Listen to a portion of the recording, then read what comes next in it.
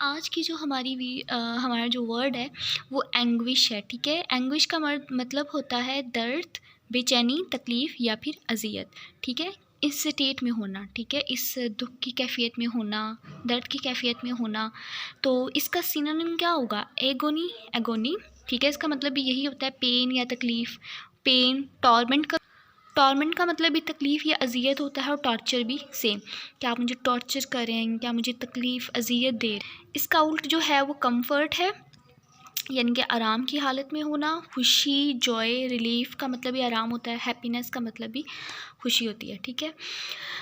Tender, tender का मतलब होता है नरम या नाजुक होना, या फिर नरम मिजाज का होना। जो इंसान नरम मिजाज होता है, काइंड हार्टेड होता है, केयरिंग भी होता है वो, ठीक है। तो इसके लिए हम ये वर्ड यूज़ कर सकते हैं कि टेंडर जो नरम मिजाज होता है उसके लिए हम सिनोनिम में केयरिंग भी यूज़ कर सकते हैं। ये पीपीएससी में आया था, टेंडर का केयरिंग। और काइंड हार्टेड भी है इसका। डेंटी का मतलब भी यही होता है डेलिकेट, नरमो नाजुक, और ये डेलिकेट भी आ गया। डेलिकेट का भी मतलब नरमो नाजुक होता है, ठीक है।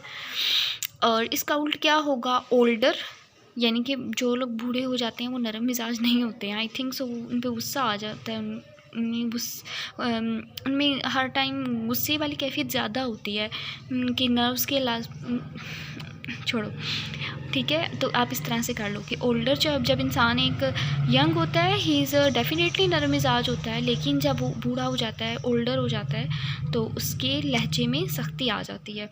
तो अनकेयरिंग, केयरिंग का उल्ट क्या हो जाएगा? अनकेयरिंग, हार्ड, सख्त, क्रूअल, जालिम, ठीक है। एक तरफ काइंड हार्टेड लोग होते हैं, दूसरी तरफ क्रूअल होते हैं। Next word is laudable. उसका मतलब होता है तारीफ़ के काबिल। लॉडेबल का क्या मतलब होता है? जो चीज़, जो काम तारीफ़ के काबिल हो। एडमायरेबल का भी मतलब यही होता है, तारीफ़ के काबिल। कमेंडेबल और वर्थी, वर्थी का मतलब होता है कीमती, कीमती या तारीफ़ के काबिल। जो चीज़ कीमती होती है ऑब्वियसली वो तारीफ़ के काबिल ही होती है। अच्छा, अब यहाँ पे अगर आप देखें तो मैंने कमेंडेबल जो है यहाँ पे मैंने हाईलाइट किया हुआ। डैट मीन्स के एडमायरेबल और वर्थी तो हम वैसे भी लिख सकते हैं, लेकिन अगर कमेंडेबल आ जाए, लॉडेबल भी तो आ सकता है वर्ड, लेकिन समटाइम्स ऐसा भी होता है कि कमेंडेबल आ जाए।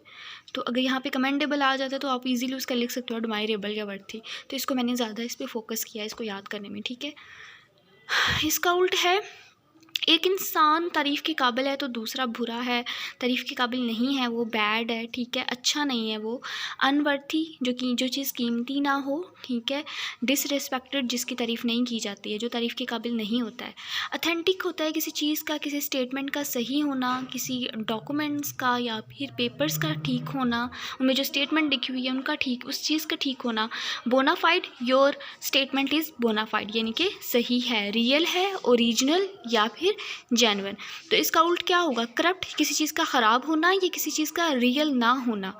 अनरिलायबल, रिलाई का मतलब होता है ना एतबार करना, और इसका उल्ट क्या होगा? अनरिलायबल, जिस पर एतबार ना किया जा सके। फेक होना या फिर अनअथराइज्ड का मतलब होता है गैर कानूनी, जो कानूनी नहीं है, ठीक है। इसके बाद वर्ड है प्रिमिटिव। प्रिमिटिव का मतलब होता है कंजर्वेटिव।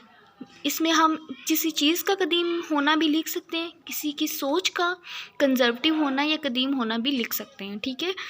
और किसी चीज़ का कदीम, पुराना होना, ओल्ड। अनडिवेलप्ड, डिवेलप होता है ना तरक्की याफ्ता, तो अनडिवेलप्ड जो तरक्की याफ्ता नहीं होता है, जो पुराने दौर का होता है। तो इसका उल्ट क्या होगा? मॉडर्न और न्यू। अलाई, अलाई का मतलब होता है इत्तेहादी। अगर आप देखें 1914 से लेकर 1918 तक जो फर्स्ट वर्ल्ड वार हुई थी, उसमें एक तरफ सेंट्रल पावर्स थी और दूसरी तरफ अलाइड पावर्स थी। तो अलाइड पावर्स वो होते हैं जो पार्टनर्स होते हैं, जो कंट्रीज़ आपस में मिल जाती हैं, आपस में इत्तेहाद कर लेती हैं, ठीक है, और मिल के मुकाबला करते हैं, उन्हें हम अलाई कहते हैं। पार्टनर, कपल, कपल भी पार्टनर्स को ही कहते हैं। कंबाइन, मिल जाना आपस में, इत्तेहाद कर लेना, मर्ज हो जाना, एक मिक्स हो जाना, ठीक है। एमलगमेट और हेल्पर।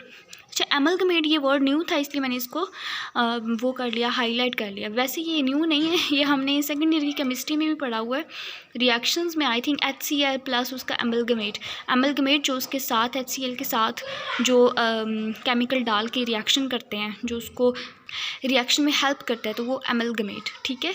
तो इस तरह से आप याद कर सकते हैं कि अलाई का एमलगमेट। बाकी ये तो आपको आते ही है ना। आगे इसका उल्ट है एनिमी, दुश्मन या फिर ओपोनेंट, जो मुखालिफ होता है।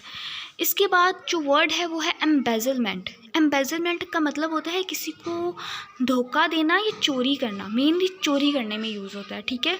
स्टीलिंग चोरी करना, रोबरी डाका डालना, मिस अप्रोप्रिएशन, ठीक है, यानी कि एक तो होता है ना किसी चीज़ का गलत इस्तेमाल करना, मिस अप्रोप्रिएशन में आ रहा है, ठीक है। ये भी एक किस्म का धोखा देना में आ रहा है या फिर चोरी करने में आ रहा है, ठीक है।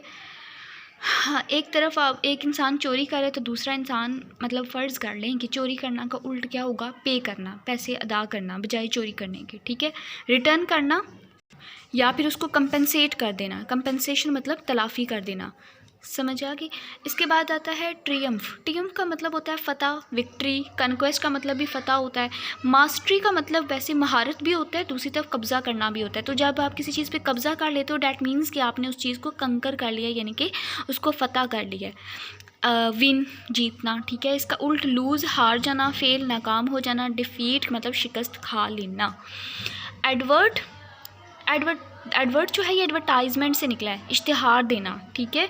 किसी चीज़ को आगे फैलाना, उसको सोचना, उस पर गौर व फिक्र करना या फिर उसको रेफ़र कर देना, कंसीडर करना, ठीक है, उसको अपने ज़ेरे गौर करना, रेफ़र कर देना, उसे आगे फैलाना, उसको मज़ीद उस पर उसको बताना, लोगों को ऑब्ज़र्व करना, उस पर मुशाहिदा करना, उस पर सोच विचार करना बजाय उसमें केयरलेस होने के, ठीक है।